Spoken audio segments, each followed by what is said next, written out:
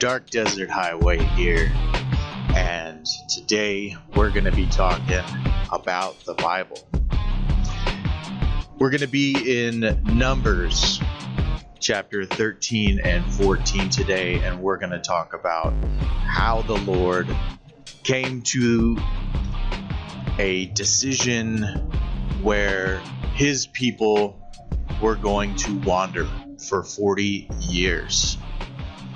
So up to this point, even after very powerful demonstrations and great miracles that no one had ever seen in the very epic freedom that was wrought for the Hebrew nation out of the land of Egypt, the Pharaoh and his army were consumed by the waters of the Red Sea.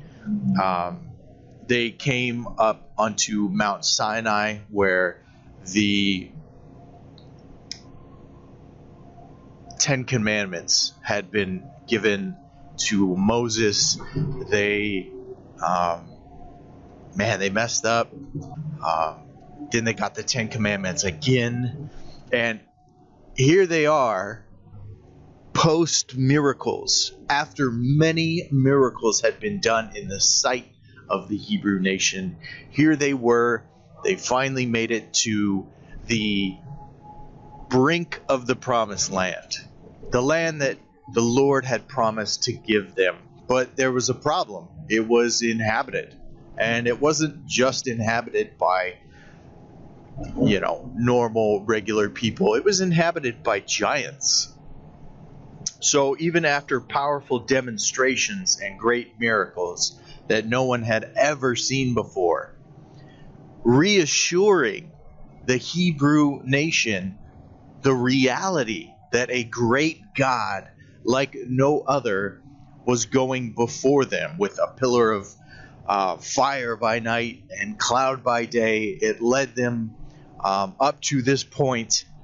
And honestly, the majority of the people lacked faith and confidence in the Lord, even after all of these great demonstrations of power.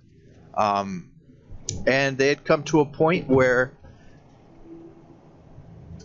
they needed to take a step in their faith. They needed to put their lives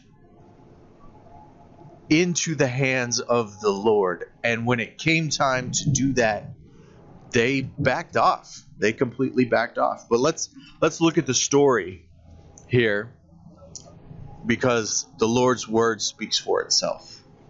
In Numbers chapter 13, we're going to read 1 through 3. And the Lord spake unto Moses, saying, Send thou men, that they may search the land of Canaan, which I give unto the children of Israel. Of every tribe of their fathers shall ye send a man, every one a ruler among them. And Moses, by the commandment of the Lord, sent them from the wilderness of Paran. All those men were heads of the children of Israel. Now we're going to skip over to chapter 13, verse 25. So the Lord came and spoke to Moses, saying, Look, get a company of men together and go and have them search out the land. And they did. And so in verse 25, it was a return of this kind of mini quest that they were on to go search out the land. Verse 25, and they returned from searching of the land after 40 days, and they went and came to Moses and to Aaron and to all the congregation of the children of Israel unto the wilderness of Paran, to Kadesh, and brought back word unto them and unto all the congregation, and showed them the fruit of the land. And they told him and said, We came unto the land whither thou sentest us, and surely it floweth with milk and honey, and this is the fruit of it. Nevertheless, the people be strong that dwell in the land, and the cities are walled and very great. And moreover, we saw the children of Anak there. The Amalekites dwell in the land of the south, and the Hittites, and the Jebusites, and the Amorites dwell in the mountains, and the Canaanites dwell by the sea, and by the coast of Jordan. And Caleb stilled the people before Moses, and said, Let us go up at once and possess it, for we are well able to overcome it.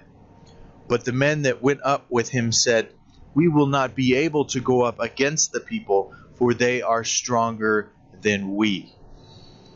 So you see that their mindset was in their own strength. In our own strength, we are not able to go up against the people, for they are stronger than we. And they had noticed that. So there's the point right there, where in order to get to the next phase of their lives in relationship with the Lord, they had to put more faith into the Lord, because they didn't have the strength themselves to overcome the next set of obstacles in their life. Let's keep reading. Verse 32. And they brought up an evil report of the land which they had searched unto the children of Israel, saying, The land through which we have gone to search it is a land that eateth up its inhabitants thereof. And all the people that we saw in it are men of great stature. And there we saw the giants, the sons of Anak, which come of the giants. And we were in our own sight as grasshoppers, so we were in their sight. And all of the congregation lifted up their voice and cried, and the people wept that night. And all of the children of Israel murmured against Moses and Aaron. And the whole congregation said unto them, Would God that we had died in the land of Egypt, or would God we had died in this wilderness? And wherefore hath the Lord brought us unto this land, to fall by the sword, that our wives and our children should be a prey? Were it not better for us to return to Egypt? And they had said one to another, Let us make a captain, and let us return into Egypt. So they had come to the point where, look, they realized that in my own power, this thing is unaccomplishable. We just can't do it. We can't do it in our own strength. But they had so many of the miracles done that no one had even seen before. This was a new thing that the Lord had stepped into this nation's life to demonstrate his power, real power and might and strength. And they had the assurance of all of these previous miracles and demonstrations of the Lord's power, but instead of crossing that faith line, instead of crossing into a place in themselves where their whole lives are in the hands of the Lord in faith, this next step I cannot accomplish myself. I must put my life in the hands of the Lord, and the outcome shall be his outcome, because the battle is not won by my hand. This battle would have to have been won by the hand of God. So, in the face of that decision, that moment where they had an opportunity to really invest in their relationship with the Lord and let him lead them through this land, instead they did a complete opposite. And they said in verse 4 to one another, let us make a captain, and let us return to Egypt. So they had begun to discuss a plan to return to their captivity, because it was better in their captivity, according to them, than to take the step of putting their very lives in the hands of the Lord, even after demonstrations of power that no one had ever seen before. Let's continue in verse 5. Then Moses and Aaron fell on their faces before all of the assembly of the congregation of the children of Israel. And Joshua the son of Nun, and Caleb the son of Jephunneh, which were of them that searched the land, rent their clothes. And they spake unto all the company of the children of Israel, saying, the land which we passed through to search it is an exceeding good land. If the Lord delights in us, then he will bring us into this land, and give it to us, a land which floweth with milk and honey. Only rebel not ye against the Lord, neither fear ye the people of the land, for they are bread for us. Their defense is departed from them, and the Lord is with us. Fear them not. But the congregation bade stone them with stones. So instead of listening to somebody who was trying to motivate them to have faith in the Lord, they said, let's stone this guy. We don't want to hear this. 10. But all the congregation bade stone them with stones. And the glory of the Lord appeared in the tabernacle of the congregation before all the children of Israel. And the Lord said unto Moses, how long will this people provoke me? And how long will it be ere they believe me for all the signs which I have showed among them? I will smite them with pestilence and disinherit them, and will make thee a greater nation and mightier than they. And Moses said unto the Lord, then the Egyptians shall hear it, for they brought us up, this people, in thy might from among them. And they will tell it to the inhabitants of the land, for they have heard that thou, Lord, art among this people, and that thou, Lord, art seen face to face, and that thy cloud standeth over them, and that thou goest before them by daytime in a pillar of cloud, and in a pillar of fire by night. Now, if you shalt kill all this people as one man, then the nations which have heard of your fame, they will speak, saying, because the Lord was not able to bring this people into the land which he swore unto them, therefore he hath slain them in the wilderness. And now I beseech thee, let the power of my Lord be great, according as thou hast spoken, saying, the Lord is longsuffering and of great mercy, forgiving iniquity and transgression, and by no means clearing the guilty, visiting the iniquity of the fathers upon the children unto the third and fourth generation.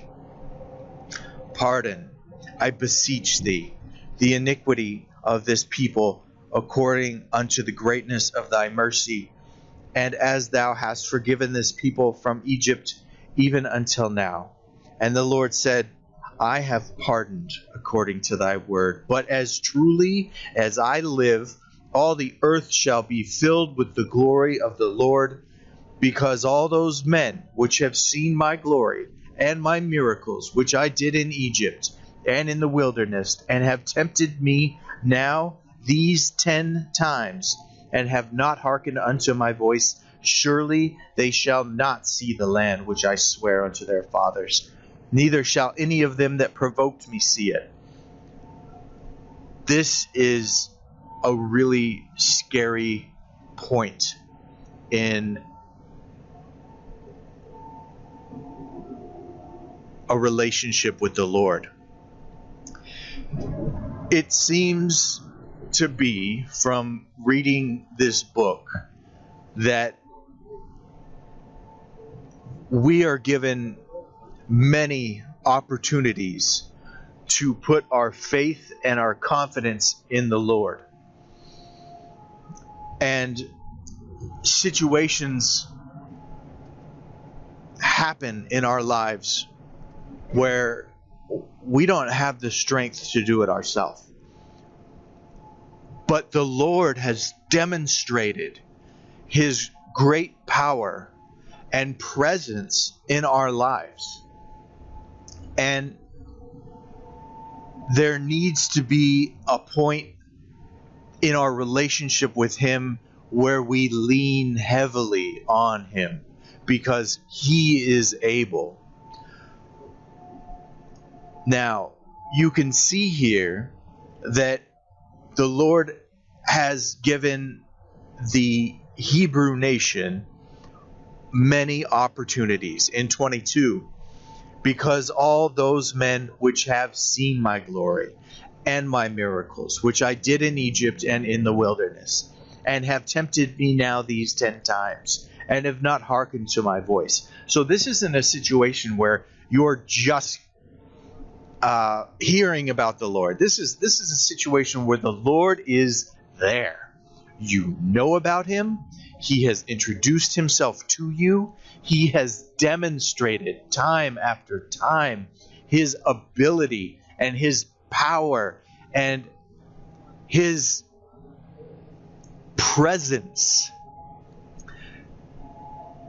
And the scary thing is, after such demonstrations as these, the Lord can make up his mind about you and the situation that you're in, and he'll say, no, nope, no more. I'm not going to do it.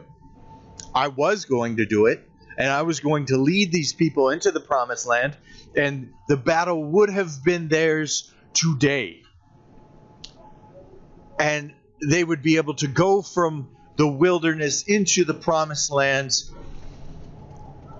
with me leading them there. This is about to happen right now, but no more. Absolutely no more. There's no faith in them. After all the demonstrations, after all these things that no one has ever seen before, I have demonstrated my willingness to defend these people and to bring them up and to provide for them and to lead them. And they have no faith in me. So no more. And the Lord has a track record in the Word of God. When he makes up his mind, it's a done deal. It's a done deal. I showed them.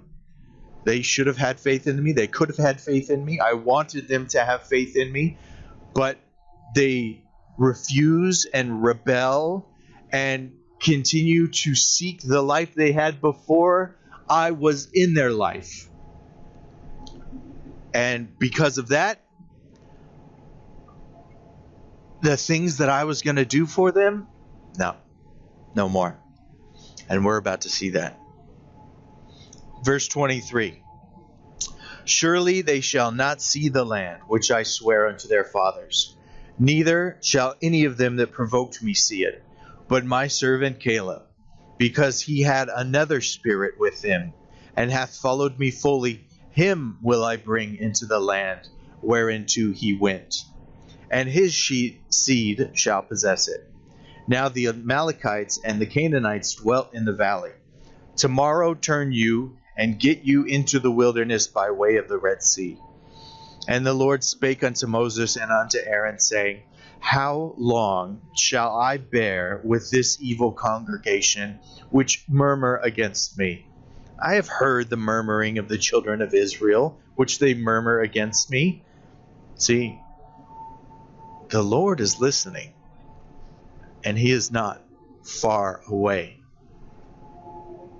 We learned it the other day that Stephen, when he was getting stoned with stones, looked up into heaven, and the veil had been removed for him. And right there within eyesight, within the sight of his own eyes, he saw the Lord standing at the right hand of the Father. We saw the other day that the Lord had heard a conversation between Aaron and Miriam, and had put everything into saying, look, all you guys, stop right now. I'm coming down, and I'm going to address the situation because I've heard what you were talking about. So this is another situation where the Lord is paying attention to his people. 28. Say unto them, as truly as I live, saith the Lord, as ye have spoken in mine ears, so will I do to you. Your carcasses shall fall in this wilderness, and all that were numbered of you, according to the whole number, from 20 years old and upward, which have murmured against me. Doubtless ye shall not come into this land, concerning which I swear to make you dwell therein, save Caleb, the son of Jephunneh, and Joshua, the son of Nun. 31. But your little ones, which ye said should be a prey, them I will bring in, and they shall know the land which you have despised. But as for you, your carcasses, they shall fall into this wilderness, and your children shall wander in the wilderness 40 years, and bear your whoredoms, until your carcasses be wasted in the wilderness. After the number of the days in which you search the land, even 40 days, each day for a year, shall you bear your iniquities, even 40 years, and you shall know my breach of promise. So I promised you that I was going to lead you into this land. We're at the border, and you've sought out the land. You're aware of the obstacles that are facing you. You know that you don't have the strength to accomplish it alone. Here's a great opportunity for you to put faith in me, because I have proven myself. It's not like you just met me. I have proven myself over time, demonstrating my power and my love and my provision and my strength. And you continue to speak about returning to the slavery that I redeemed you from, because you think that that's going to be a better life than the life that I have prepared for you.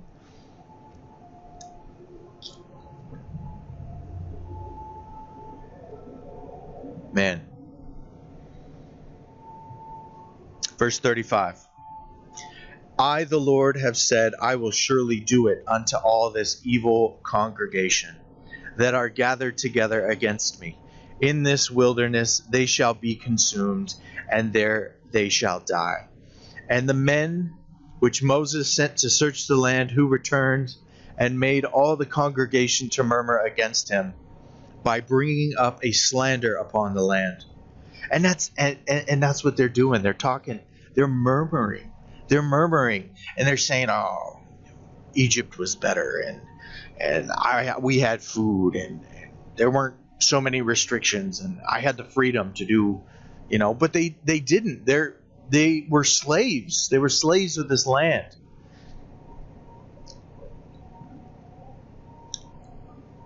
And they were freed.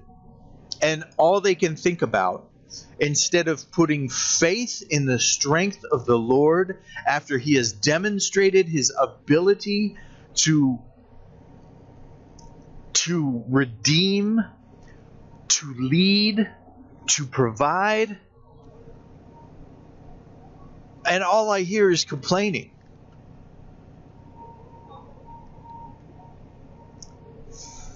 36. And the men which Moses sent to search the land, who returned and made all the congregation to murmur against him by bringing up slander upon the land, even those men that did bring up the evil report upon the land, died by the plague before the Lord.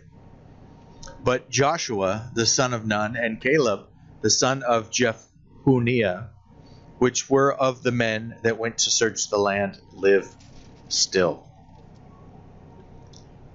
39. And Moses told these sayings unto all the children of Israel, and the people mourned greatly. And they rose up early in the morning and gat them up into the top of the mountain, saying, Lo, we be here, and will go up unto the place which the Lord had promised, for we have sinned. And Moses said, Wherefore now do you transgress the commandment of the Lord? But it shall not prosper. Go not up, for the Lord is not among you, that ye be not smitten before your enemies. For the Amalekites and the Canaanites are there before you, and ye shall fall by the sword, because you are turned away from the Lord. Therefore the Lord will not be with you. But they presumed to go up unto the hilltop. Nevertheless, the ark of the covenant of the Lord and Moses departed not out of the camp.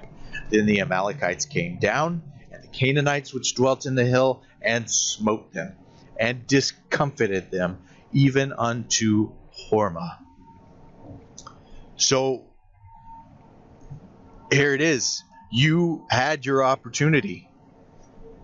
The Lord demonstrated to you that He was with you.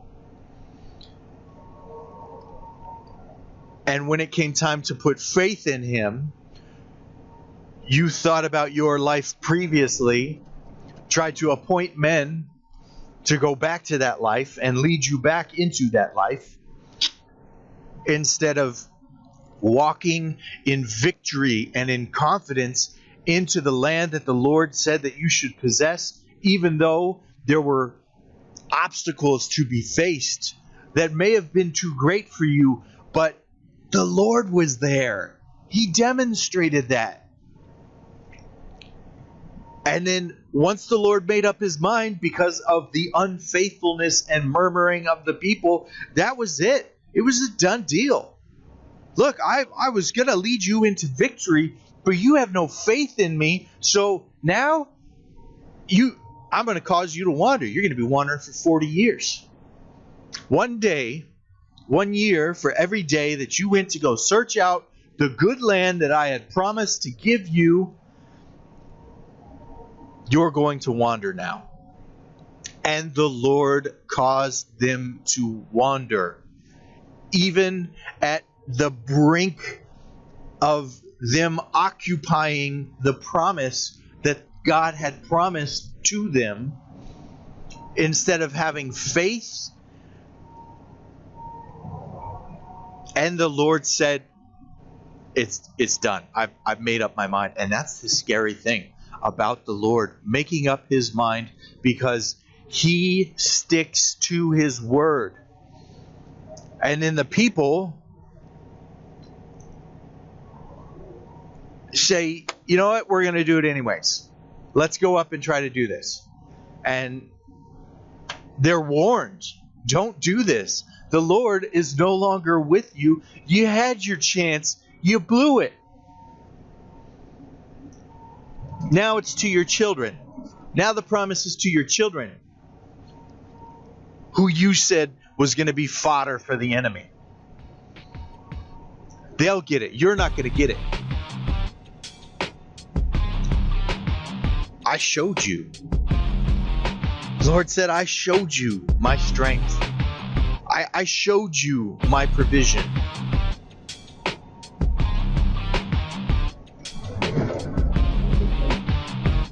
And you complained the whole way. Anyways, you guys, that's all I got for today. I say let the word of the Lord speak for itself.